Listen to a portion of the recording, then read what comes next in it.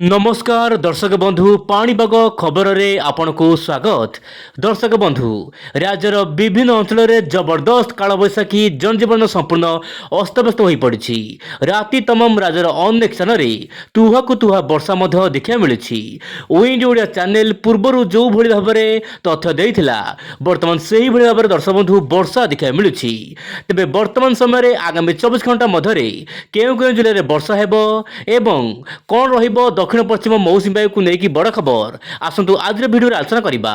दर्शक बंधु आज भिडियो बहुत छोट हो पारे किंतु महत्वपूर्ण कारण पाणीपागर जहाँ भी अपडेट आसो मुझे पाखे रखा चेष्टा करी। आसतु आलोचना करवा आज पाणीपाग खबर। आपण दर्शक बंधु मोबाइल स्क्रीन में देखिपे आंध्र प्रदेश उपकूल में प्रबल मात्रा वर्षा देखा मिलूँ माने जमाट बांधी बादल जहाँ कि वर्षा जनजीवन अस्तव्यस्त करुच्ची किंतु ओडिशार मालकानगिरी कोरापुट यार आखपाख अंचल में वर्षा हेब।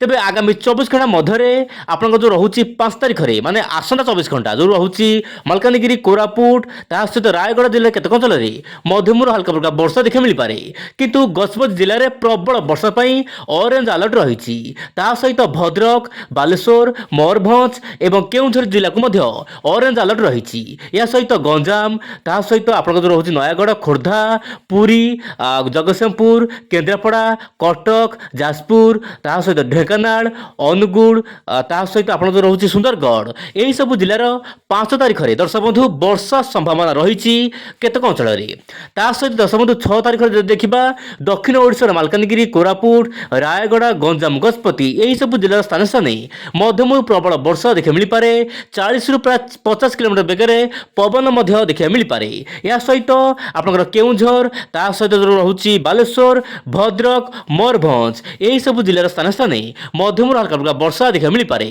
गत 24 घंटा मध्य मयूरभंज जिलार उदलार सर्वाधिक 80 मिलीमीटर वर्षा देखा मिली माने मयूरभंज जिलार विभिन्न अंचल में वर्षा सामू प्रबल मात्रा कालबैशाखी जनित वर्षा देखा मिली गत 24 घंटा मध्य। एवं देखा आगामी 12 घंटा मध्य केमिति रहब वर्षा स्थिति खास करके ओडिशा रे दर्शक बंधु जेतेबेले कोनोसी वर्षा बा कालबैशाखी जनित वर्षा हैला गत 24 घंटा मध्य आपण जानिथिबे पश्चिम रु पूर्व पर्यंत वर्षा देखा मिला किंतु वर्तमान आपण जो सूचना रहुची 12 घंटा मध्य सामान्य वर्षा कम रहिबो विशेषकर मालकानगिरी कोरापुट रायगढ़ गंजाम यार आखपाख अंचल हल्का फुल्का वर्षा रहिबो। बेसिकली आगामी 12 घंटा मध्य विशेष किसी वर्षा हबार आशंका नाही। यार मुख्य कारण दर्शक बंधु जेतेबेले कोनोसी वर्षा हुए समस्त एनर्जी को नहीं जाए सेतिपई आउ 24 घंटा पर वर्षा हेबो मु जेमिति कहली मालकानगिरी नहीं कि आपण मयूरभंज पर्यंत वर्षा हो पारे। एबे देखिबा आपण जो रोचे दक्षिण पश्चिम मौसुमी को लेकिन कौन होती बड़ खबर दर्शक बंधु वर्तमान पाग अनुकूल होगा लगी भारत महासागर वर्तमान दक्षिण पश्चिम मौसुमी वायु वर्तमान सक्रिय होगा लगुच माने दक्षिण वायु वर्तमान बंगोपसागर को जीवा चेष्टा करुच्ची आप मोबाइल स्क्रीन देखु जहाँपाई कि श्रीलंका दे वर्तमान वायु प्रवेश करुच्ची बंगोपसागर में। अवश्य बंगोपसागर वर्तमान कौन सिस्टम बा घूर्णिबल लघुचाप ना किंतु मौसुमी वायु आसपा पाग अनुकूल हो पारे। आप जो रोचे मे 18 ରୁ 20 तारिख मध्य आपंकर आंडामान सागर में सृष्टि हो पारे लघुचाप। तेज लघुचाप सृष्टि होगा ही मौसुमी वायुर आडभांस सूचना मिलूँ कि मौसुमी वायु छुईब आंडामान निकोबर द्वीपपुंज।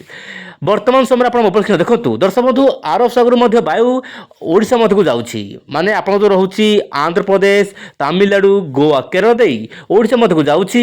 वर्तमान समय राज्यर विभिन्न अंचल में सामान्य पाग मेघ रु वर्तमान किसी दर्शक बंधु मान कमेंट रही आम जिले में कौ जिले में वर्षा है। दर्शक बंधु जिते आप कमेंट करुँच जिलार ना निश्चय पर रखु आप देखु वर्तमान भारत महासागर बहुमात्रा सक्रिय रही भारत महासागर जो वायु जाऊँगी आप देखो दक्षिण पश्चिम वायु जिते जीव भारत मध्य को से दक्षिण पश्चिम मौसुमी वायु कह वर्तमान समय पूर्वाणु वायु सक्रिय रही सामान्य भाव में ओडिशा मध्य को जाऊँगी जहाँपाई कि तापमात्रा कम रही सामान्य गुळुगुळि देखा मिल पारे जमीक रोचे पारादीप चांदबाली बालेश्वर यार आखपाख अंचल सामान्य गुळुगुळि रहिबो किंतु मुझे कहली दर्शक बंधु आज सामान्य वर्षा कम रहिबो किंतु आगामी 24 घंटा पर वर्षा मात्रा बढ़ी पारे पुणी थे किंतु मालकानगिरी कोरापुट यार आखपाख अंचल वर्षा रहिबो।